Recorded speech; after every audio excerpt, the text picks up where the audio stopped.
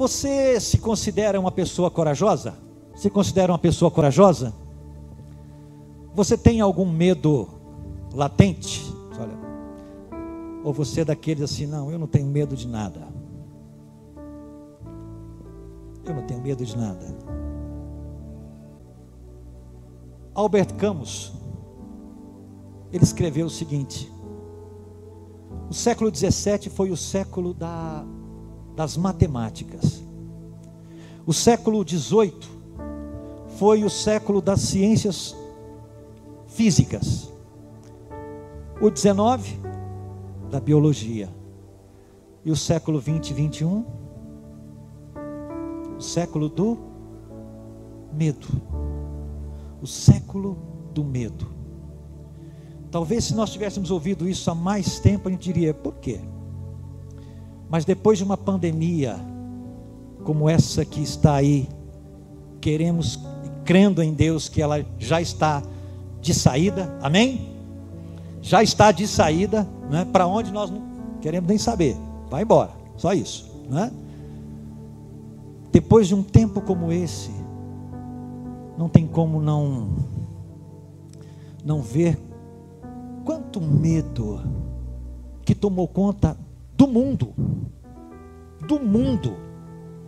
impressionante, porque a gente via os noticiários e ainda vê, mas no auge, né, dos acontecimentos, a gente via os noticiários, ele trazia as notícias do mundo todo, e as circunstâncias, as situações, e as consequências, e o medo em cada lugar.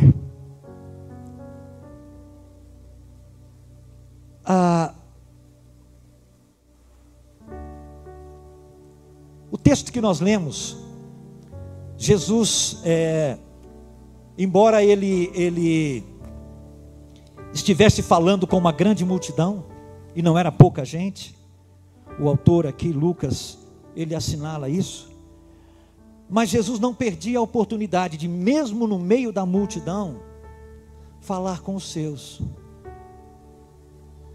E quando ele faz isso, ele faz por meio de uma fala, embora falando para muita gente, mas a fala dele é muito pessoal. Ela é instrutiva, ela é encorajadora e ela é ao mesmo tempo desafiadora.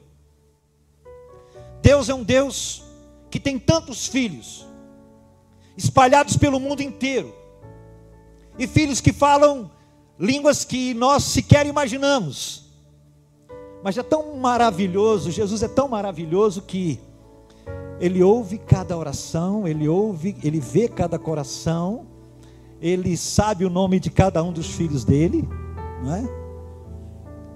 E mesmo sendo pai de uma grande multidão, que essa é a vontade de Deus, Ele consegue se dirigir a cada um dos seus filhos pessoalmente. Esse é um mistério do Senhor, não é verdade? Quantas vezes você, naquele momento que só você e Jesus sabia isso, né? E você clamou, e você buscou, e você se dobrou diante do altar do Senhor, e foi como se Jesus tivesse vindo ali, sentado ao teu lado e falar contigo. Já teve essa experiência? Quando minha mãe morreu há alguns anos atrás, eu estava num lugar e tinha que levar a notícia para o meu irmão que estava num outro lugar. E já era noite, e essas coisas às vezes você não tem quem vai com você.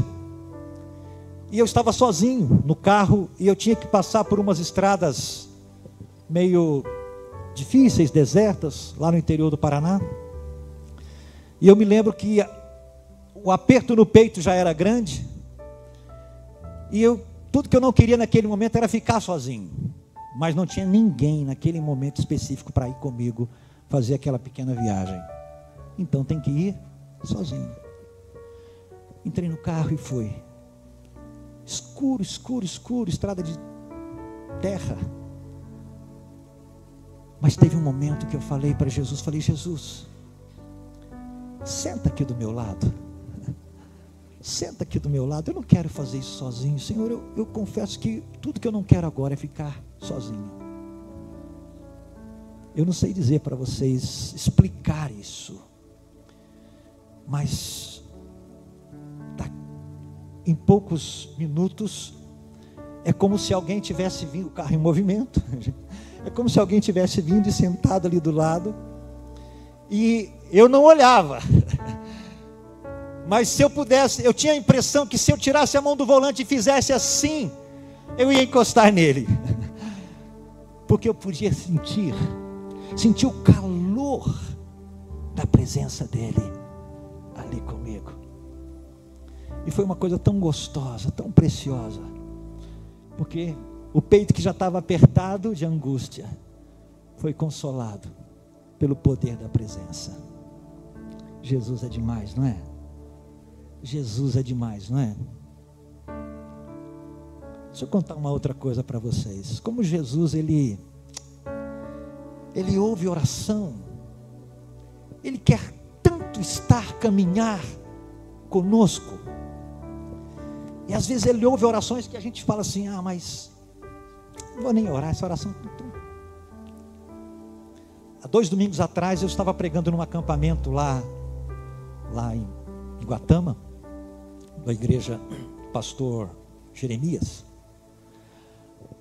e eu fui no sábado e fui no domingo. No domingo de manhã eu ia ministrar, então vim para casa, dormi, botei o relógio para despertar às 7 horas da manhã, e aí, ok, para levantar, tomar um banho, tomar um café e sair para lá. Despertou 7 horas da manhã, eu estava tão cansado, e aí eu falei para Jesus, vou dormir só mais um pouquinho, Senhor. E aí você sabe o que acontece, não sei se isso acontece com você. Eu dormi mais um pouquinho, só que não tinha mais nada para despertar, e não tinha mais ninguém na casa a não ser eu, então ninguém iria me acordar. Mas sabe o que Jesus faz? Sabe o que Jesus faz? De repente, eu escuto assim, eu durmo no segundo andar, e do lado da janela, uma janela de vidro, e eu escuto isso. Às vezes. Só deu tempo de olhar para a janela e ver um pequeno passarinho que havia acabado de bicar o vidro e foi embora.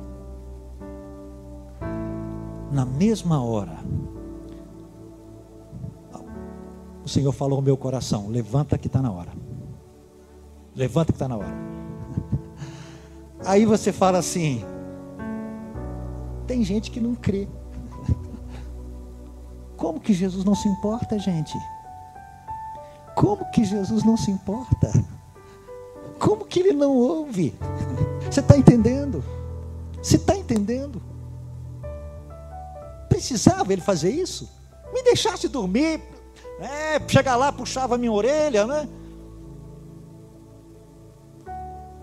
Mas, quando a gente começa a caminhar com Jesus, a gente não canta aqui que Ele move a natureza, move os céus em favor dos seus? Não cantamos canções assim? Ué, então por que Ele não pode mover? Amém? Jesus é demais, né? Jesus é demais. E depois desse episódio teve outros no mesmo dia, que depois eu fui entendendo a sucessão de coisas que foi acontecendo. Mas Jesus, embora Ele tenha uma multidão de filhos, Ele tem uma capacidade linda e maravilhosa de olhar para cada um de nós, e de olhar para cada coração, para cada mente, para cada vida, e tem uma capacidade maravilhosa que é de sentir o nosso sofrimento, que é de sentir a nossa dor, e Ele sabe o que é padecer, e não só de sentir, mas de estender a mão e trazer sobre nós o consolo dEle. Amém, queridos? Amém. O texto mostra Jesus falando com os seus discípulos, mesmo em meio a uma multidão. Jesus está falando, queridos. Jesus está falando em todo o tempo. Infelizmente, no meio da multidão, só alguns conseguem ter ouvidos para ouvir. Em nome de Jesus, não seja alguém da multidão, mas seja um desses aos quais Jesus dirige a palavra pessoalmente. Não é que Jesus não estivesse dirigindo a palavra à multidão, é que nem todo mundo tem ouvidos para ouvir. É que é muito fácil no meio da multidão não considerar, ou não conseguir ouvir, ou não prestar atenção, ou não dar atenção. Não seja como esses. Seja como esses de Jesus aqui, que querem ouvir o que Jesus tem para dizer, que querem ouvir o que Jesus está dizendo. Amém? O Senhor então, a fala é bem instrutiva, é encorajadora, é desafiadora. E o capítulo 11, o capítulo anterior, Jesus está dando um puxão de orelha aí nos fariseus, naqueles doutores da lei, porque lamentavelmente eles tinham tanta propriedade, eles tinham tanto conhecimento da palavra, da letra, mas eles não conseguiam permitir que essa letra entrasse na alma, no coração deles. E muito mais que letra se transformasse em vida. E muito mais que letra se transformasse em atitudes. Porque enquanto é letra, ela vem, entra em nós, ela nos ensina, ela nos alerta, ela nos revela a vontade de Deus. Mas essa vontade, ela se torna real, ela se torna alimento no nosso organismo à medida em que nós começamos a experimentar a obediência a essa palavra. É quando nós damos muitas vezes passos de fé para obedecer. E quando nós caminhamos em cima da palavra, da orientação dada, do ensinamento que Jesus nos dá, a cada passo que nós damos, se a palavra de cura, nós vamos sendo curados. Se a palavra de instrução, nós vamos nos tornando sábios. Se a palavra de discernimento, nós vamos discernindo o que está acontecendo, as situações, os momentos. Mas é a partir de como nós reagimos diante do que o Senhor nos tem falado. É assim. Os fariseus, infelizmente, eram muito dados ao legalismo. E eles, impressionante porque eu olho para esse povo aqui, no capítulo 11, por exemplo, verso 37, só um exemplo. Ao falar Jesus essas palavras, um fariseu o convidou para ir comer com ele. Então, entrando, tomou lugar à mesa. O fariseu, porém, admirou-se ao ver que Jesus não se lavara antes de começar a comer. Ele olha, Jesus, o Filho de Deus, está na casa dele. Está na casa dele. E ele consegue preocupar em observar no comportamento de Jesus, se Jesus fazia higiene antes de comer ou não, se Jesus lavava a mão antes de pegar no pão, se ele passava álcool na mão antes de pegar no pão. Era essa a preocupação dele. Ele não conseguia olhar mais além.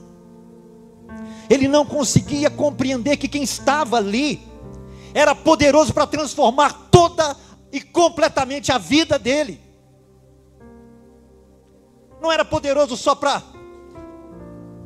limpá-lo das sujeiras normais, mas principalmente daquela sujeira que só ele sabe, pode limpar. Quantas vezes a gente tem essa palavra poderosa e nós estamos lendo, meditando, mas muitas vezes ela fica na pele, entende?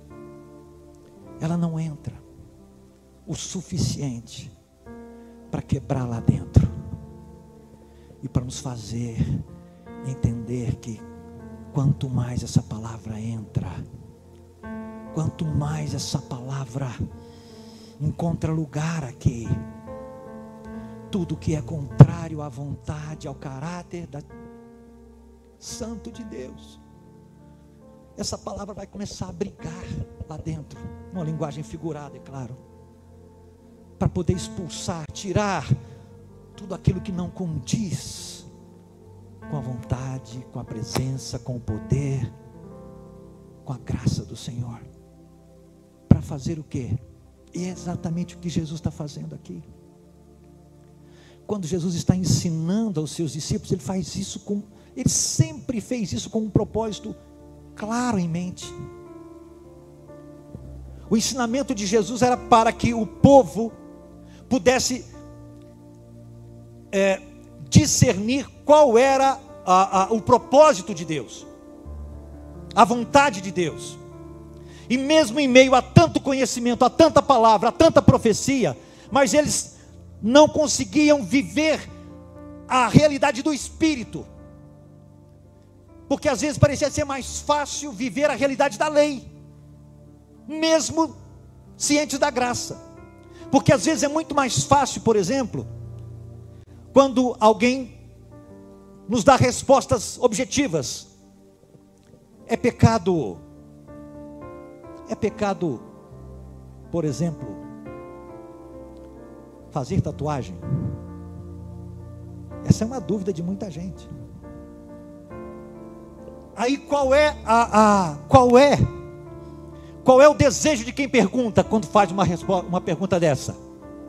É que aquele que está sendo perguntado, a quem está sendo perguntado, e que a resposta seja clara, objetiva e direta, não é isso? Pá. Mas o que a palavra diz? Que o nosso corpo é templo de quem? O Espírito Santo não é meu. Então como é que eu vou de alguma forma dizer para você como é que você deve tratar o seu corpo? Quem vai dizer para você é o Espírito Santo. Você também não tem o Espírito? Amém? Fale com Ele. Mas pastor, é mais fácil quando o pastor fala com a gente. É mais fácil quando o Espírito fala com a gente, porque quando o Espírito fala a gente não tem dúvida. Quando o Espírito fala a gente entende de primeira. A gente sai dali só com duas falas, com duas posições, ou obedece ou não, não é verdade? Mas quando o pastor fala, às vezes a gente fala assim, se o pastor não falou o que a gente queria ouvir, ele fala assim, eu vou consultar um outro pastor. Não é verdade? E tem bastante pastores, né? Então vamos consultar. O pastor Sérgio falou, não gostei do que o pastor Sérgio falou, vou procurar o pastor Samuel. Mas quando o Espírito Santo fala, vai procurar quem? Vai procurar quem? Não é verdade? E ele fala aqui no texto. Se nós há pecados, fala de um pecado que não se perdoa, e o pecado que não se perdoa é aquele que se blasfema contra o Espírito. Então, quando Jesus está instruindo, está falando com os seus discípulos, Ele está trazendo, é interessante, gente, porque o pecado fez algo tão ruim conosco, porque o pecado ele nos manchou tanto, que por mais que o Senhor venha e nos limpando e nos purificando, como nós cantamos aqui, vestes as minhas lamparinas, né? Quero vestes, eu não sei aquela letra, eu ouvi aquela canção pela primeira vez hoje aqui, mas mais ou menos a letra eu vi isso, né? As minhas lamparinas já estão acesas, não é isso? Fazendo referência àquelas noivas, não é? Porque o noivo está vindo, mas as vestes também estão brancas, preparadas. Ora, por que isso? Porque o noivo está para vir a qualquer momento. Mas é interessante porque eu e você sabemos disso, não sabemos? Que ele está para vir a qualquer momento. Mas honestamente, por que parece que a gente sempre acha que vai demorar mais um pouquinho? Ou isso não acontece com vocês? Comigo acontece. Por que a gente sempre acha, às vezes, que ele não vai voltar no meu tempo? Depois. Aquelas moças, né, da parábola foram surpreendidas. O pecado, ele infelizmente nos impede tanto de ver a bondade, a grandeza e o poder de Deus, e o amor que Deus tem por nós. Porque cada palavra de Jesus aqui, o que Jesus está fazendo? Veja que, se a gente vai em João 6, 7, 8, 9, Jesus está falando do seu ministério, e as falas de Jesus é assim: eu falo o que eu ouvi de meu pai, eu faço o que eu vi o meu pai fazer, as minhas palavras não são minhas, o meu ensino não é meu, é do meu pai. Então veja, Jesus está sempre dizendo que ele está, tudo que ele faz, a obra dele é exatamente refletir o quê? O Pai. Ora, por que Jesus, aqui entre nós, ele vive para refletir o Pai? Sendo ele filho, sendo ele Deus, podendo ele fazer toda e qualquer coisa. Mas o que exatamente ele faz é entrar na dependência completa do Pai, para que eu e você possamos olhar para ele, porque nós não conseguimos ver o Pai, não é verdade? Mas nós conseguimos ver o Pai por meio dele. Por isso ele diz para Filipe: Filipe, quem vê a mim, vê o Pai. Filipe, quem vê a mim, vê o Pai. Há tanto tempo eu estou com vocês, você não conseguiu ver o Pai ainda? Então Jesus vive para trazer o Pai. Então ele vive para trazer o quê? Para trazer o que nós perdemos. Ele vive para trazer o céu.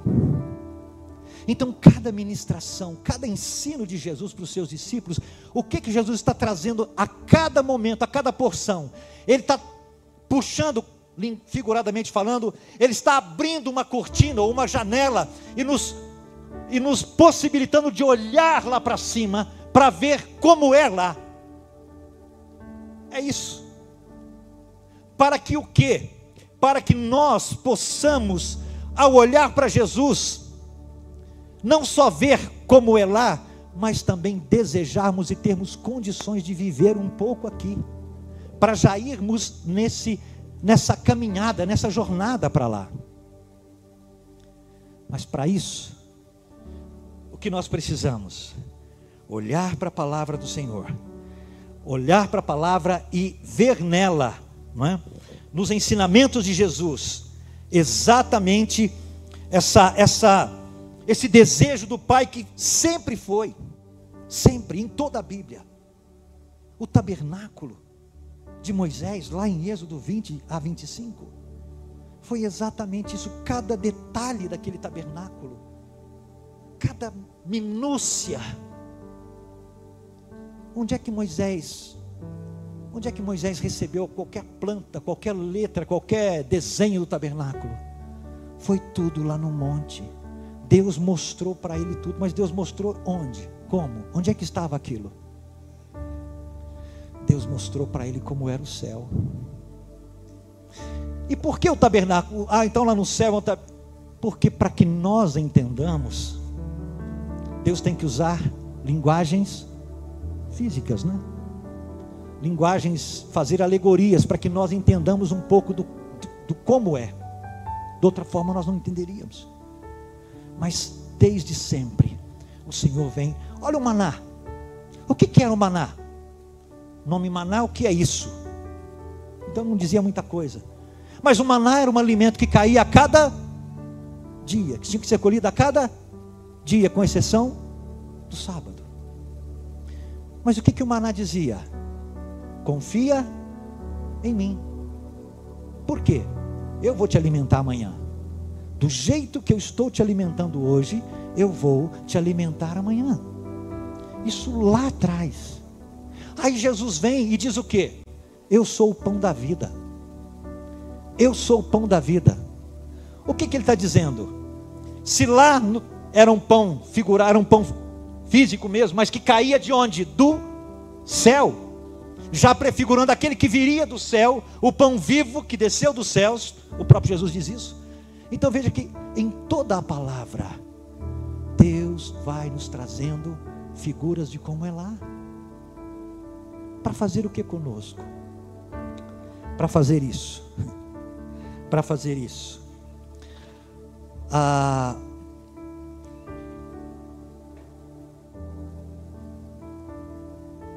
Aceitar o desafio de ser discípulo de Jesus era aceitar possíveis desconfortos. Como? Principalmente por parte dos religiosos.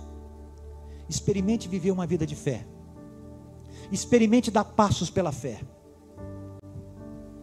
Você vai encontrar pessoas que vão dizer: você é louco, você é doido, você é doida, não se faz isso, não se vive dessa maneira mais. Isso foi há muito tempo atrás. Isso foi só quando, naquele tempo que Deus era diferente. Porque Deus mudou. O Deus de hoje não é como o Deus de ontem. É isso? Deus não muda. Nele não tem nem sombra de variação. Ele é o mesmo hoje, ontem e... Então quem é que muda? Quem muda?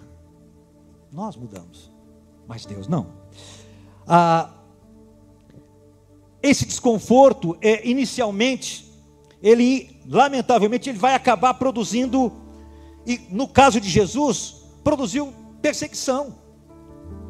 Porque de repente vem aquele camarada que vai vivendo uma vida completamente diferente, diz que ele se diz ser filho de Deus, ele conhece toda a Escritura, toda a lei, e todo o ensinamento dele sai baseado na lei.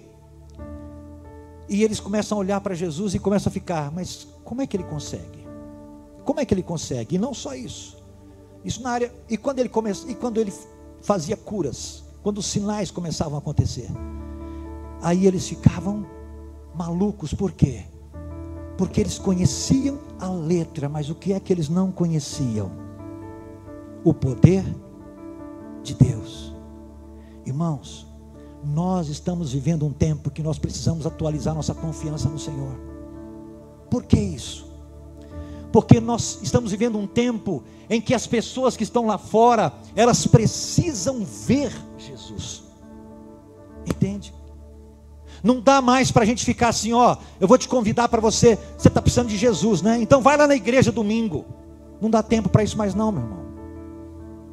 Você está precisando de Jesus, né? Então vem cá, é aqui agora.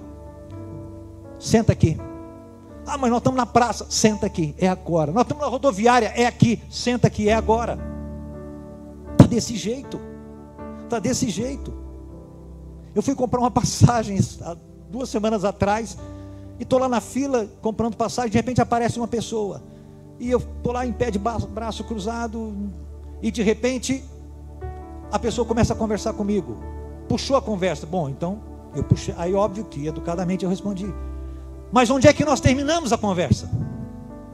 Falando de quem? Deus abençoe, vai com Deus, até a próxima. Vem outra pessoa, que quem estava na minha frente estava demorando, eu acho que era de propósito. Veio outra pessoa, entrou atrás de mim, está ali esperando, e começou a puxar a conversa. Qual era o assunto? Problema, dificuldade. Aí quem é que é superior? Quem é que pode resolver problema? Aqueles que a gente não... Os nossos impossíveis, quem é que pode fazer isso? Jesus. E aí o que a gente faz? Conversa sobre Jesus. E a pessoa vai embora. Eu falei: nem eu comprar passagem? Aí eu virei para a moça do guichê e falei assim: olha, por favor, me atenda assim que você puder, porque daqui a pouco eu não vou conseguir ir embora daqui. Brinquei com ela, mas foi uma brincadeira, que de repente foi isso mesmo. Porque uma pessoa veio, foi embora e voltou. Voltou depois, para continuar a conversa. Por quê? Por quê? Porque Jesus faz a diferença, gente. Porque Jesus é quem faz a diferença. Às vezes nós estamos com Jesus no nosso coração, mas nós estamos com medo de repartir. Repartir com quem Deus mesmo está trazendo para nós, para poder ouvir a palavra, para que nós possamos contar para Ele o que Jesus tem feito na nossa vida. Entende? Não dá mais tempo de... Eu não sou pastor, eu não fiz seminário, eu não fiz... Não. Fale aquilo que Jesus tem feito na sua vida. Porque quando você fala do que Ele tem feito na sua vida, as pessoas vão ver Jesus. Entende? Elas vão ver Jesus. O Jesus que responde a oração. Eu contei isso aqui no culto de quarta-feira.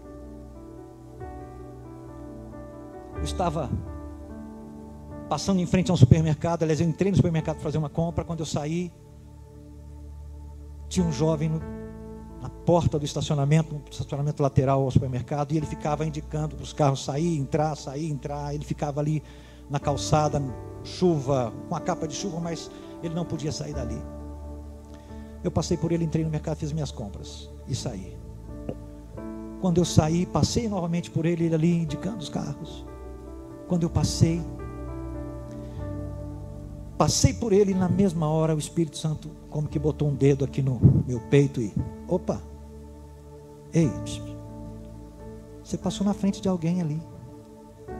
Não é um toco não, não é uma pedra não, é um filho meu, criado à minha imagem e semelhança. Volta lá. E eu com a sacola na mão, Senhor, volta lá e faz o quê, Senhor? Eu nem conheço ele. Volta lá. Tá bom.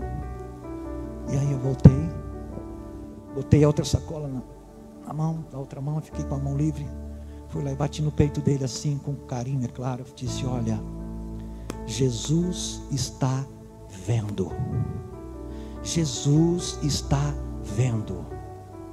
Ele está ouvindo. Foi o que eu falei. Foi o que saiu dos meus lábios. Sabe o que aconteceu?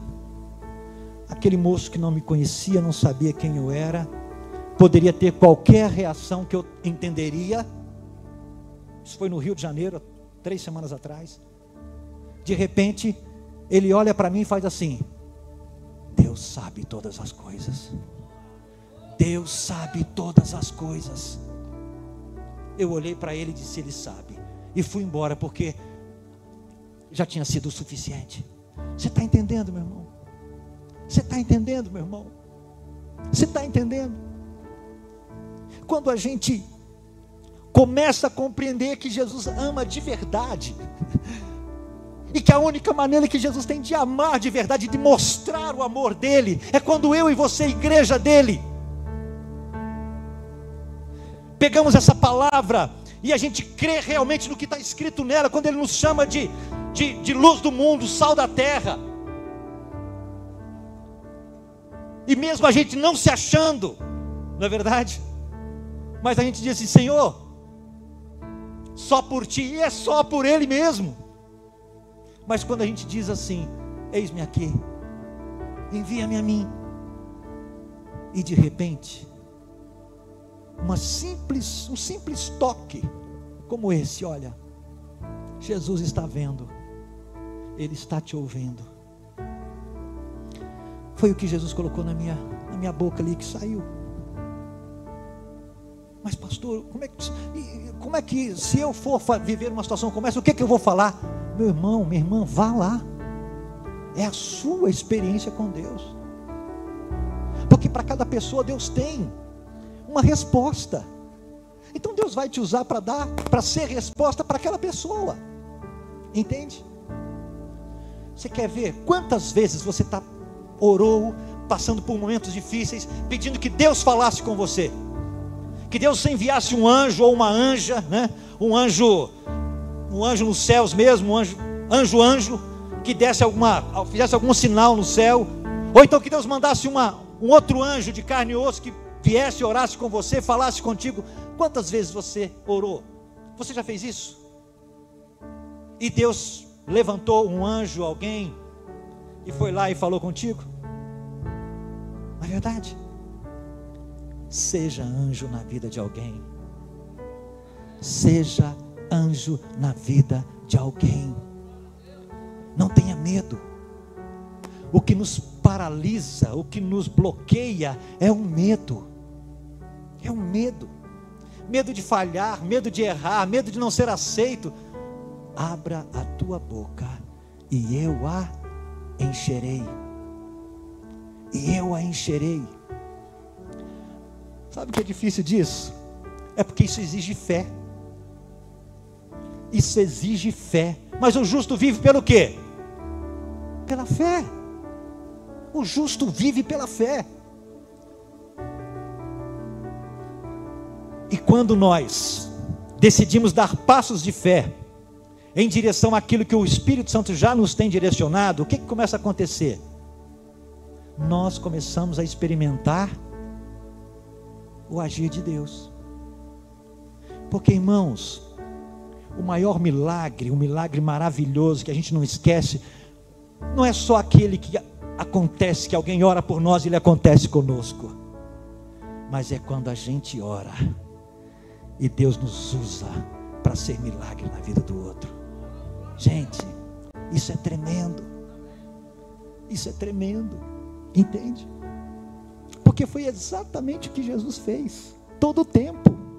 Por isso que ele vai dizer que mais bem-aventurado é dar do que receber. E o que nós vamos dar? Dele. Dele. E o que Jesus diz para nós nessa noite? O que ele está dizendo? Não tenha medo. Renove a sua confiança nele. Renove a sua confiança nele.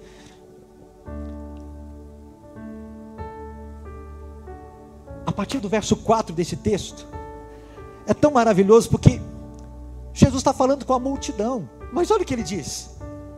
Olha o que ele fala no verso 4. Digo-vos, pois, amigos meus. Ele está falando para a multidão, mas como é que ele está falando? Digo a vocês, amigos meus. Ora, ele está falando como quem fala a um amigo. Ele está falando diretamente aos 12, chama de filóis ou filéus, amigos. Jesus nos exorta a atualizarmos a nossa confiança nele, porque ele quer ser meu, ele quer ser seu amigo, querido. Amigo, entende? Amigo de você precisar levantar de madrugada e precisar sair, fazer uma viagem sozinho e sentir medo no seu coração e você dizer assim: Senhor Jesus, o Senhor vai comigo? O Senhor coloca o teu anjo aqui junto comigo, Senhor? Coloca. E você sentiu o cheirinho do anjo aqui do lado. Você está entendendo? Você está entendendo? É esse amigo que Jesus é. Mas muitas vezes eu e você não conseguimos confiar. Tem gente que diz: eu não vou viajar, eu estou sozinho. Quando eu e você entregamos a nossa vida para Jesus, nós nunca mais andamos sozinhos. Nunca mais. Nunca mais. Muitas vezes nós dizemos que estamos sozinhos porque a nossa fé nos trai. Eis que estou convosco todos os dias até a consumação dos séculos. Mas nós sabemos uma coisa na palavra e professamos outra com a nossa vida e com a nossa boca. Entende? E o Senhor está dizendo: eu estou com você. Ei, estou contigo, para o que der e vier. Como a gente dizia no tempo de criança, até debaixo d'água. Ele nos exorta a atualizarmos a nossa confiança nele. Por quê? Aí ele diz, ele fala dos temores que o nosso coração tem. Eu, porém, vos mostrarei, verso 4, eu digo a vocês: não temais os que matam o corpo, e depois disso nada mais podem fazer. Eu vou dizer para vocês então a quem vocês têm que temer. Se vocês vão ter que ter medo, tenham medo de quem realmente é mais forte. Tenham medo de quem realmente é mais forte. O homem, por mais poderoso e cruel que ele possa ser, a única coisa que ele pode mexer em nós é no nosso corpo. Ele não pode mexer no nosso espírito. Ele não pode mexer no nosso espírito. Depois disso, ele nada mais pode fazer. Então o que Jesus vai nos dizer? Ele vai dizer para mim e para você: do que você tem medo? Do que você tem medo? O que você teme? E por que ele faz isso? Porque Jesus sabia que se o medo se instalasse no coração dos seus discípulos, aquilo ia levá-los a um estado de paralisação. Essa que é a verdade. Ia mexer com a confiança deles. Uma vez que o medo se instalasse no coração dos discípulos, eles continuariam o quê? Eles continuariam servos. Sim. O medo não nos tira a qualidade de filhos e servos de Jesus. Não, nós continuamos sendo filhos e servos, medrosos, mas continuamos. Mas o que acontece? Qual é o diferencial? É que a gente só vai até onde o medo nos permite. Esse é o problema. Esse é o problema. Muitos creram em Jesus. João 7, 11 a 13 fala sobre isso. Mas do que eles tinham medo? Tinham medo de perder a posição deles na sociedade. Tinham medo de passar com a Bíblia debaixo do braço e dizer assim: olha lá o que aconteceu com fulano. Virou crente. Mudou de lado. Passou a crente. Medo de serem expulsos das redes sociais. É crente agora. Sejam elas quais forem, virtuais ou não. Porque não tem jeito. Tem lugares que com Jesus a gente não vai conseguir ficar. A gente até vai querer ficar, mas eles vão nos tirar de lá. Tem lugares que eles vão fazer isso. Se Jesus está habitando em nós verdadeiramente, isso vai acontecer. Você está entendendo?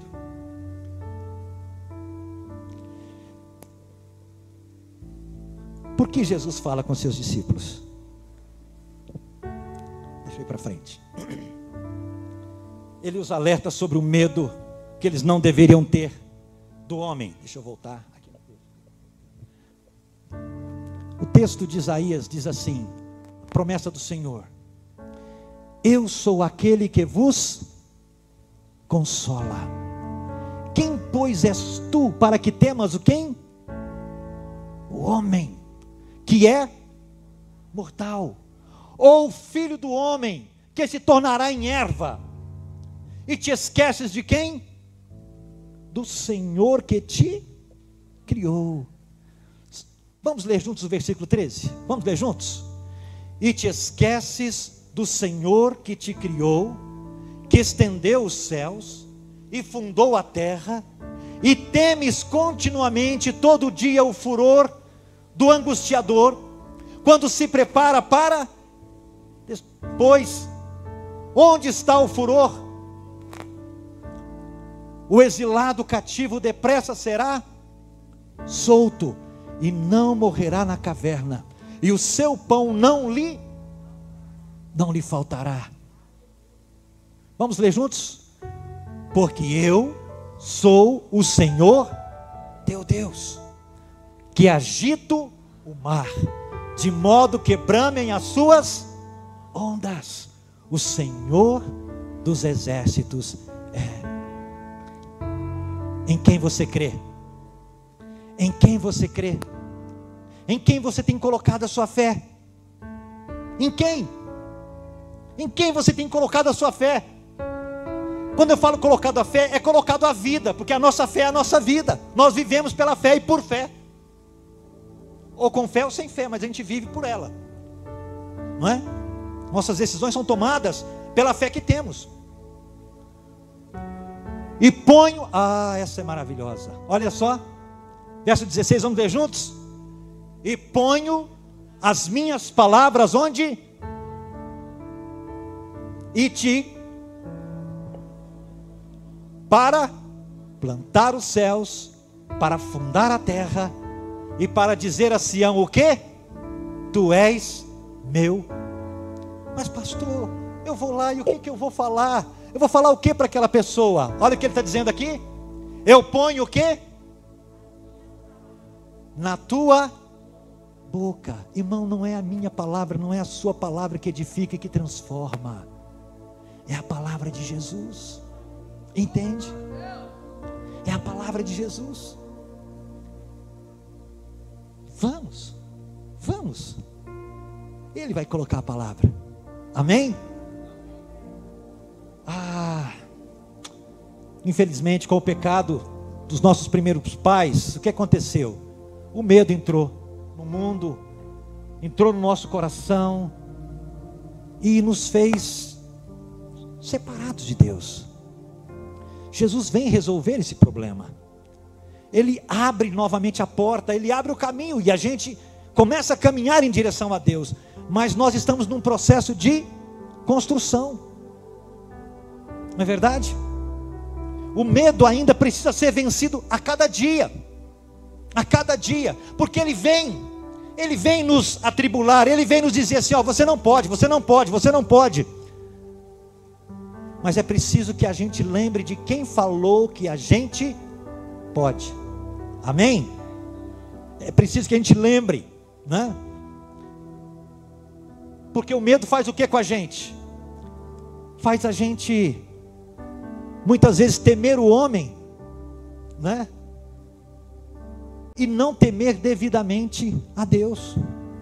E é o que Jesus faz. Ele diz, olha, eu vou mostrar para vocês, gente, se vocês têm que ter algum medo, então que o medo seja de Deus. Porque não brinca não. Ele é fogo consumidor. Não brinque. Não brinque com o nome de Deus. Não faça piadinhas com o nome de Deus. Não faça. Não faça. Deus não é brincadeira. Deus não é brincadeira. Muitas vezes nossa fé está tão abalada no poder do Senhor, do nome do Senhor, porque muitas vezes nós fazemos tantas brincadeiras com o nome dele, e nós não entendemos o quanto isso vai maculando a nossa confiança no poder dele, em quem ele realmente é. Isso é muito sério. Isso é muito sério. Quem é aquele único que tem poder sobre o corpo, a alma e o espírito do homem? É só ele. É só ele. Mas o que ele falou lá atrás? Eu digo a vocês, amigos meus. Nós somos amigos dele? Somos. Então nós não precisamos temer. Precisamos andar em amizade, em relacionamento. Ter medo dos homens não pode ser característica dos filhos de Deus. O temor a Deus, sim. Esta é uma característica dos filhos.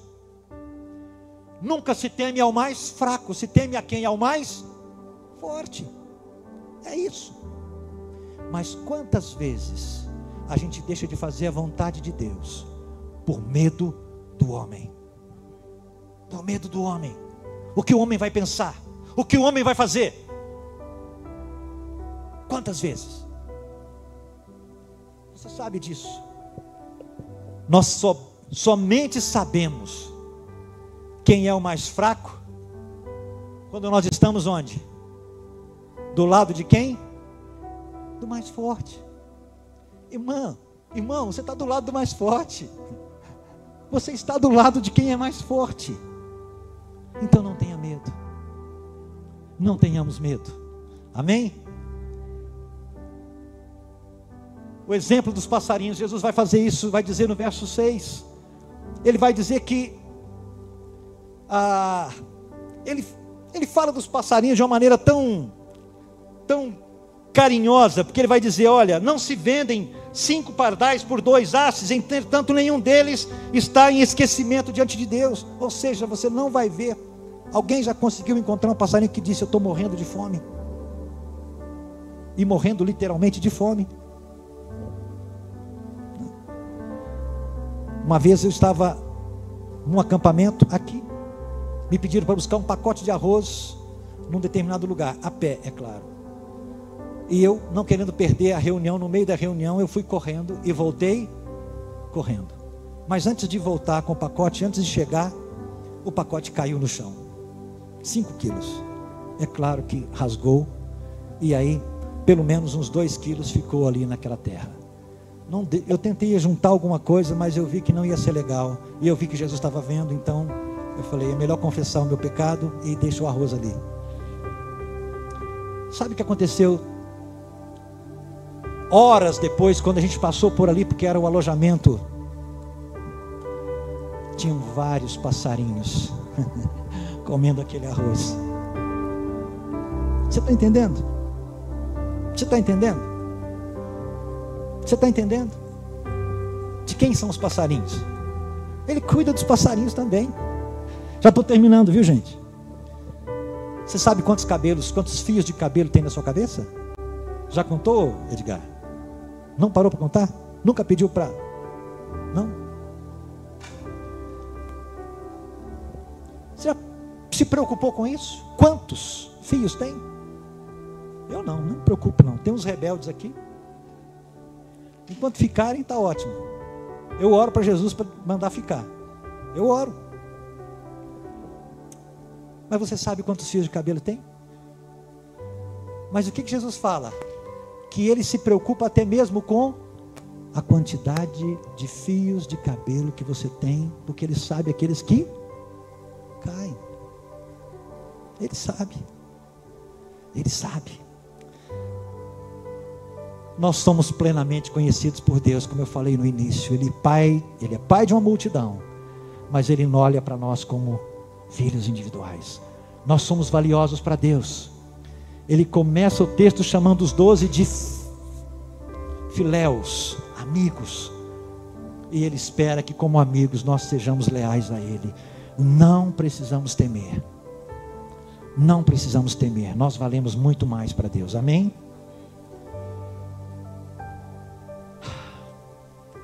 Como amigo de Jesus, Ele espera que a gente seja fiel. Você está entendendo? Ele fala ali no texto: todo aquele que me confessar diante dos homens, eu também o confessarei. Por que às vezes a gente tem vergonha de dizer quem nós somos, de mostrar quem nós somos? Ah, pastor, eu não tenho vergonha. Mas quantas vezes eu prefiro carregar o celular porque eu não quero carregar a Bíblia? Porque eu tenho vergonha. Em situações outras. Mas Jesus está dizendo: olha, você é meu amigo, me nega não. Não me nega não. Confessá-lo diante de todo aquele que pedir razão da nossa fé. Você tem algum crente aqui no meio? Tem alguém aqui que pode... Quantas vezes nos finais de ano, às vezes o dono da empresa ou da sala de aula, alguém diz: tem alguém aqui que saiba fazer uma oração, que possa fazer uma oração? E muitas vezes a gente está ali e a gente fica quieto. Mas a gente está ali exatamente para aquela hora. Entende?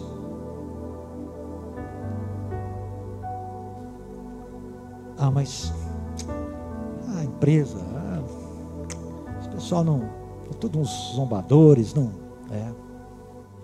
Perdemos a oportunidade. Filho do homem o confessará diante dos anjos de Deus. Olha que privilégio. Olha que privilégio. Quando eu e você confessamos a Jesus, vivemos essa amizade. Na verdade é viver essa amizade em todo tempo, em todo lugar. A recompensa é essa. Ele vai nos dizer: vinde, a mesa está preparada para você. Vem, vem. É, Jesus, vem. Vamos lá. Não é? É tremendo isso, gente. Você já pensou? Você já pensou nisso? Oh, Jesus, como está a sua vida? Você tem confiado no Papai do céu quanto à provisão e proteção e cuidado dele em relação a você? Você está entendendo? Você tem vencido o medo ou os medos e tem prosseguido rumo ao novo que Deus tem para você, meu querido. Maná é para ontem e para hoje. Amanhã vai cair outro. Você está entendendo? E o Senhor quer te dar pão novo. Então coma o de hoje. Não queira guardar o de hoje. Nem fique contando só do pão de ontem. Espere com expectativa o pão de amanhã. Entende? Amém? Vamos vencer com Jesus? Vamos vencer com Jesus? Amém? Vamos ler juntos esse texto? Vamos ler Lucas 12, 32. Não temais, ó pequenino rebanho, porque o vosso Pai agradou em dar-vos o seu. Amém? Vamos ler isso novamente? Não temais, ó pequenino rebanho, porque vosso Pai agradou em dar-vos o seu reino. Amém? Ele agradou de você a ponto de dividir, de repartir com você do que Ele tem. Na casa de meu Pai há muitas moradas.